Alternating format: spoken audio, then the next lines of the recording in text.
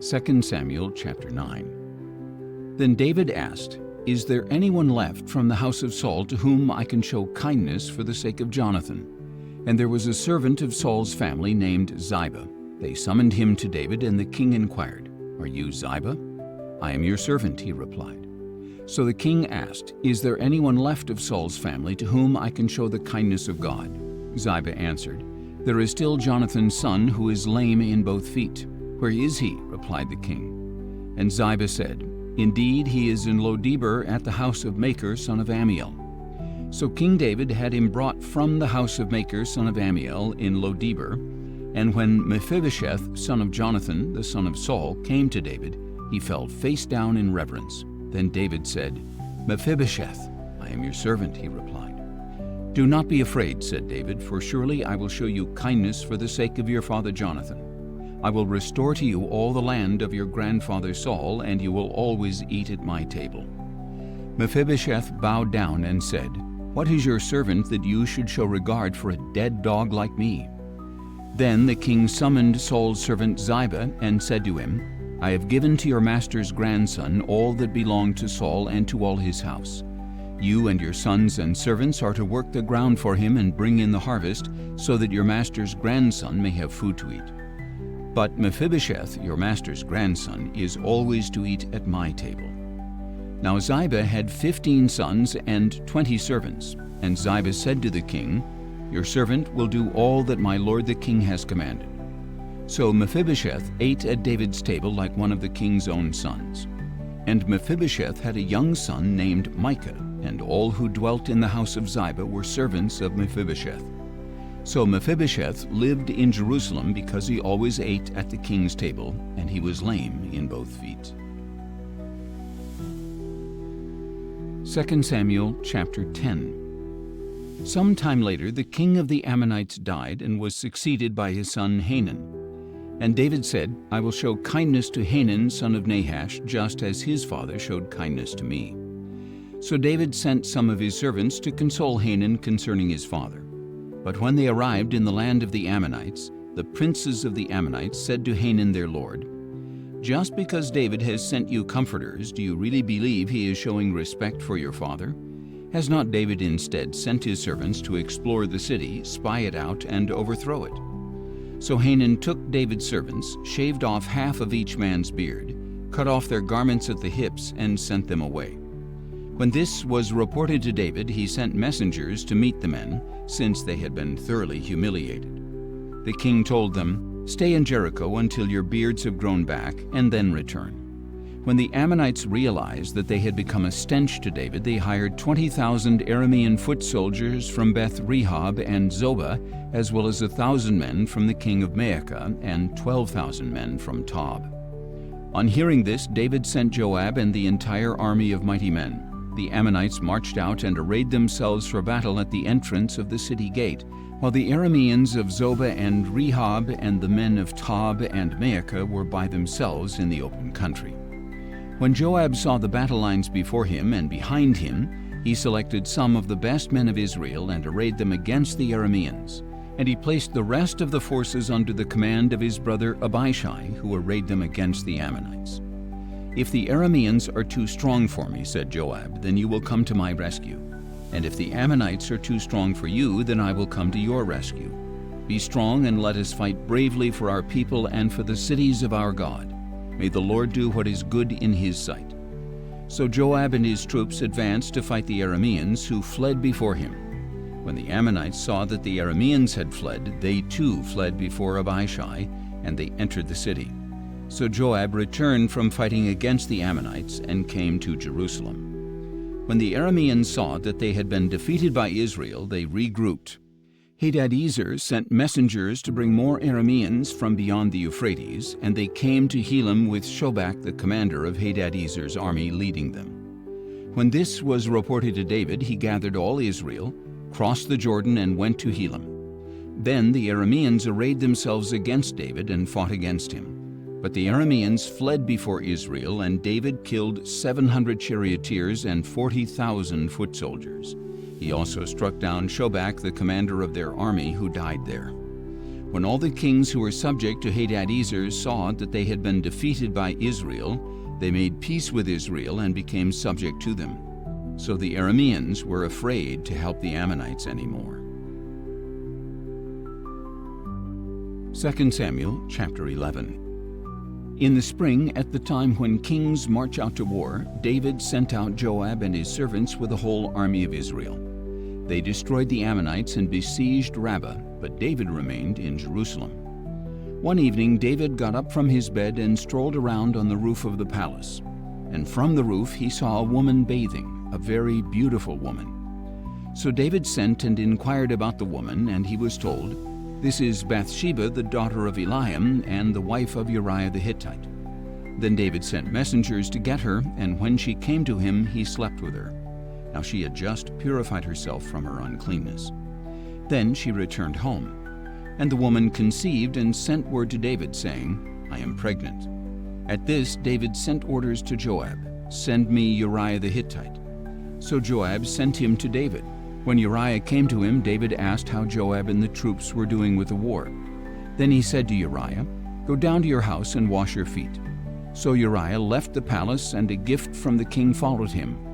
But Uriah slept at the door of the palace with all his master's servants. He did not go down to his house. And David was told, "Uriah did not go home." "Haven't you just arrived from a journey?" David asked Uriah. "Why didn't you go home?" Uriah answered, "The ark and Israel and Judah are dwelling in tents, and my master Joab and his soldiers are camped in the open field. How can I go to my house to eat and drink and sleep with my wife? As surely as you live and as your soul lives, I will not do such a thing." "Stay here one more day," David said to Uriah, "and tomorrow I will send you back." So Uriah stayed in Jerusalem that day and the next. Then David invited Uriah to eat and drink with him, and he got Uriah drunk. And in the evening Uriah went out to lie down on his cot with his master's servants, but he did not go home. The next morning David wrote a letter to Joab and sent it with Uriah. In the letter he wrote, "Put Uriah at the front of the fiercest battle, then withdraw from him so that he may be struck down and killed." So as Joab besieged the city, he assigned Uriah to a place where he saw the strongest enemy soldiers. And when the men of the city came out and fought against Joab, some of David's servants fell, and Uriah the Hittite also died. Joab sent to David a full account of the battle and instructed the messenger, "When you have finished giving the king all the details of the battle, if the king's anger flares, he may ask you, 'Why did you get so close to the city to fight? Did you not realize they would shoot from atop the wall? Who is the one to strike Abimelech, son of Jerubbesheth? Was it not a woman who dropped an upper millstone on him from the wall so that he died in Thebez? Why did you get so close to the wall? If so, then you are to say, 'Your servant Uriah the Hittite is dead as well.'" So the messenger set out and reported to David all that Joab had sent him to say. The messenger said to David, "The men overpowered us and came out against us in the field, but we drove them back to the entrance of the gate. Then the archers shot at your servants from the wall, and some of the king's servants were killed, and your servant Uriah the Hittite is dead as well." Then David told the messenger, "Say this to Joab, 'Do not let this matter upset you, for the sword devours one as well as another. Strengthen your attack against the city and demolish it. Encourage him with these words.'" When Uriah's wife heard that her husband was dead, she mourned for him. And when the time of mourning was over, David had her brought to his house, and she became his wife and bore him a son. But the thing that David had done was evil in the sight of the Lord. 2 Samuel chapter 12. Then the Lord sent Nathan to David, and when he arrived, he said, "There were two men in a certain city, one rich and the other poor. The rich man had a great number of sheep and cattle, but the poor man had nothing except one small ewe lamb that he had bought. He raised it, and it grew up with him and his children. It shared his food and drank from his cup. It slept in his arms and was like a daughter to him. Now a traveler came to the rich man, who refrained from taking one of his own sheep or cattle to prepare for the traveler who had come to him. Instead, he took the poor man's lamb and prepared it for his guest. David burned with anger against the man and said to Nathan, "As surely as the Lord lives, the man who did this deserves to die. Because he has done this thing and has shown no pity, he must pay for the lamb 4 times over." Then Nathan said to David, "You are that man. This is what the Lord, the God of Israel, says. I anointed you king over Israel, and I delivered you from the hand of Saul. I gave your master's house to you and your master's wives into your arms. I gave you the house of Israel and Judah, and if that was not enough, I would have given you even more. Why then have you despised the command of the Lord by doing evil in his sight? You put Uriah the Hittite to the sword and took his wife as your own, for you have slain him with the sword of the Ammonites. Now therefore the sword will never depart from your house, because you have despised me and have taken the wife of Uriah the Hittite to be your own. This is what the Lord says, I will raise up adversity against you from your own house. Before your very eyes I will take your wives and give them to another, and he will lie with them in broad daylight.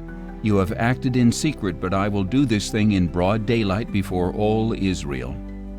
Then David said to Nathan, "I have sinned against the Lord." "The Lord has taken away your sin," Nathan replied. "You will not die.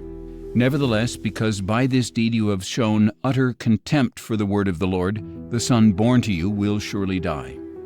After Nathan had gone home, the Lord struck the child that Uriah's wife had borne to David, and he became ill. David pleaded with God for the boy.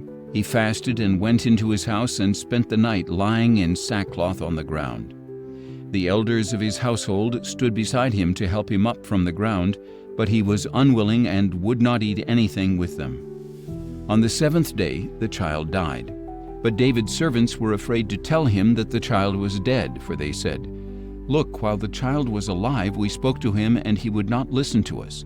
So how can we tell him the child is dead? He may even harm himself." When David saw that his servants were whispering to one another, he perceived that the child was dead. So he asked his servants, "Is the child dead?" "He is dead," they replied. Then David got up from the ground, washed and anointed himself, changed his clothes, and went into the house of the Lord and worshipped. Then he went to his own house, and at his request they set food before him, and he ate.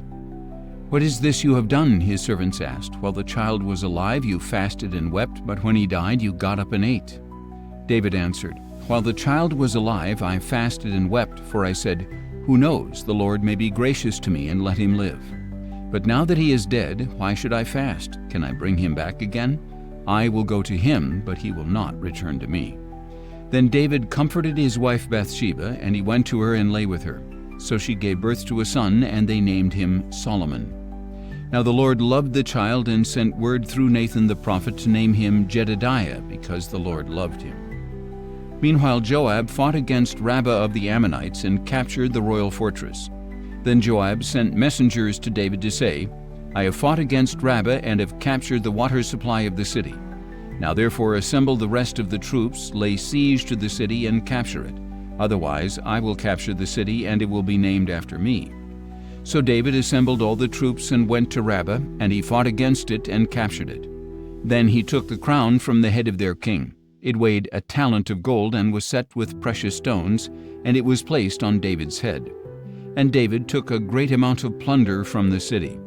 David brought out the people who were there and put them to work with saws, iron picks, and axes, and he made them work at the brick kilns. He did the same to all the Ammonite cities. Then David and all his troops returned to Jerusalem.